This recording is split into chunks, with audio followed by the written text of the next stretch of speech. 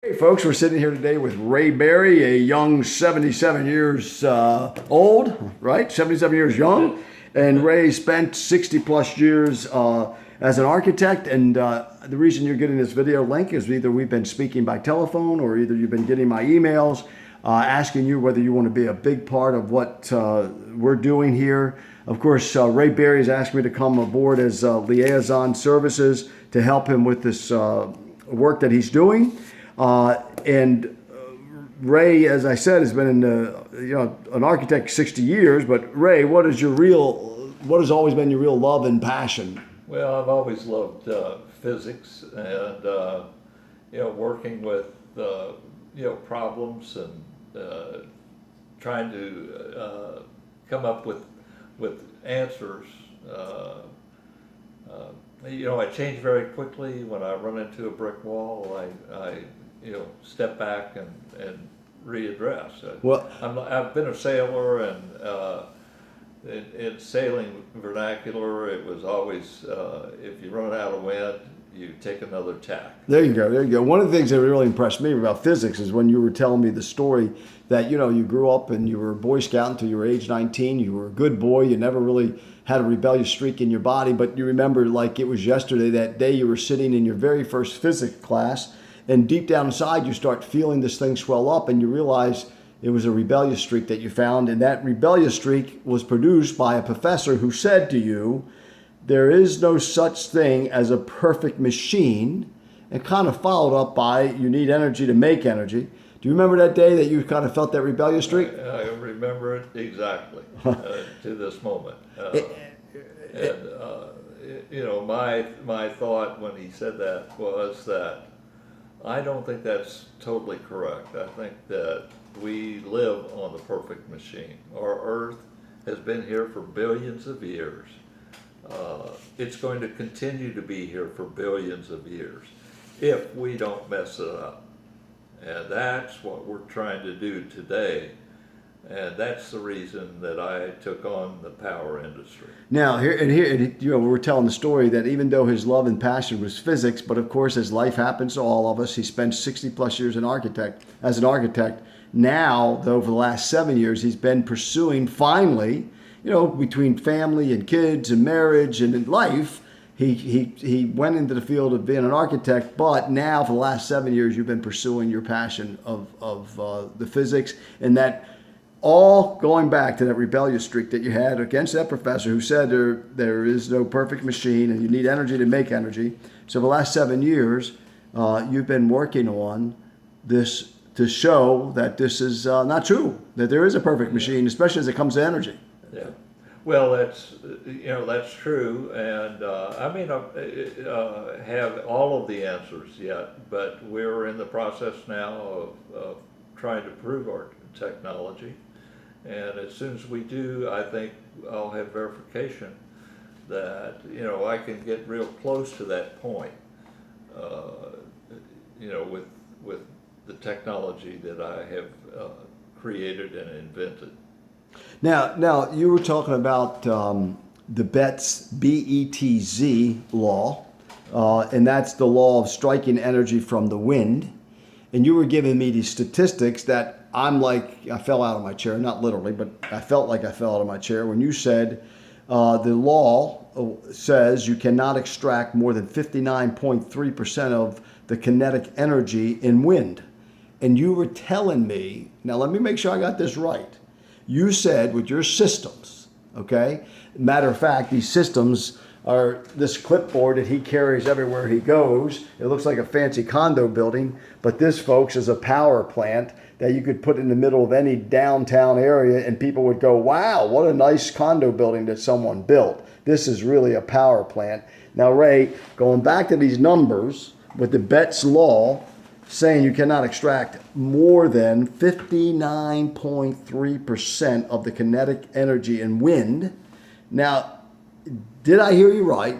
And for the record now, remember, this is going to be permanent record. You're telling me that your system, that you've engineered a system that can extract up to 89% of that Betz Law.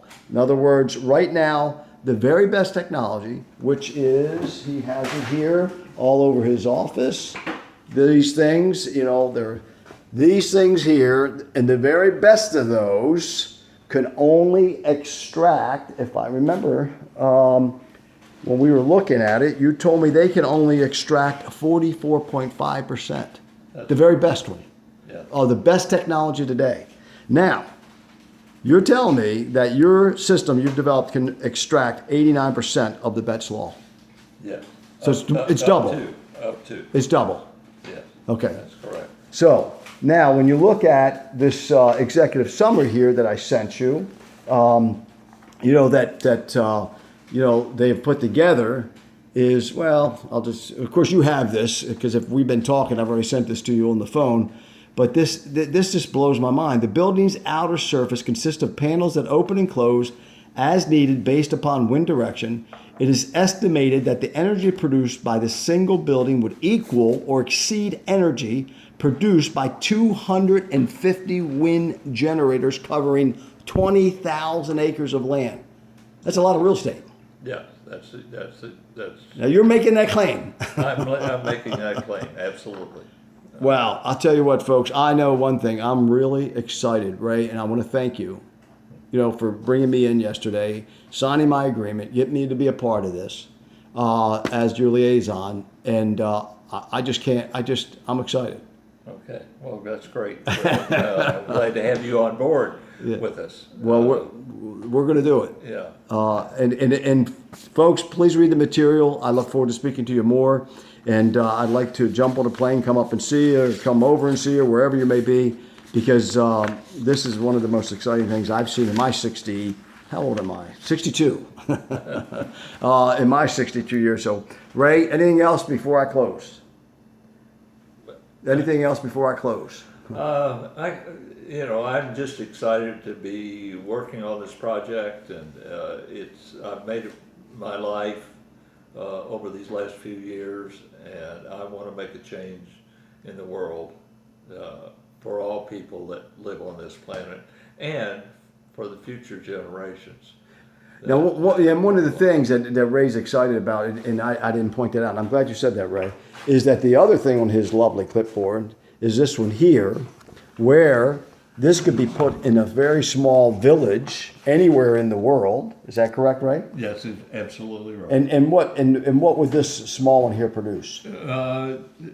These can get up to as high as maybe 50 megawatts of power. They'll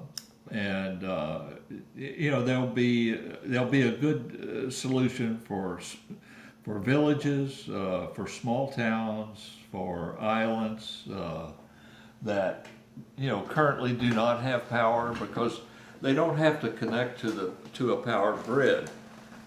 So they can have their own microgrids, and you don't have to extend the enormous power lines to these locations. Wow.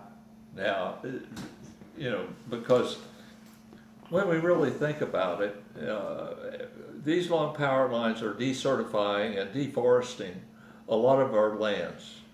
With the growth that we're experiencing of people on this planet, we're expected to grow from a little over 7 million or 7 billion yeah. that we have today to over 11 billion by the end of this century. So if we don't preserve our lands for agricultural purposes, we start using them to produce energy, and we have all of the energy that we need right here. Oh, you mean the perfect machine? Going back to your Yeah. Well, it may not be totally perfect, but it's getting about as close as anything can be. Wow, that's exciting. That's what I think. All right, well, again, and we're going to get to more of Ray here. This is just for a quick introduction, and definitely read the materials, and I will follow up with you. I look forward to speaking with you about this. I don't want to call it a project. I want to call it a world-changing technology that is, I can't believe that the best windmills can only produce 44.5% up to that Betz Law, but yours can double. You can double that number. Wow. All right, Ray, thank you very much. Okay. We're looking forward to some great things. Thanks. Bye-bye. Okay, thanks, Fred.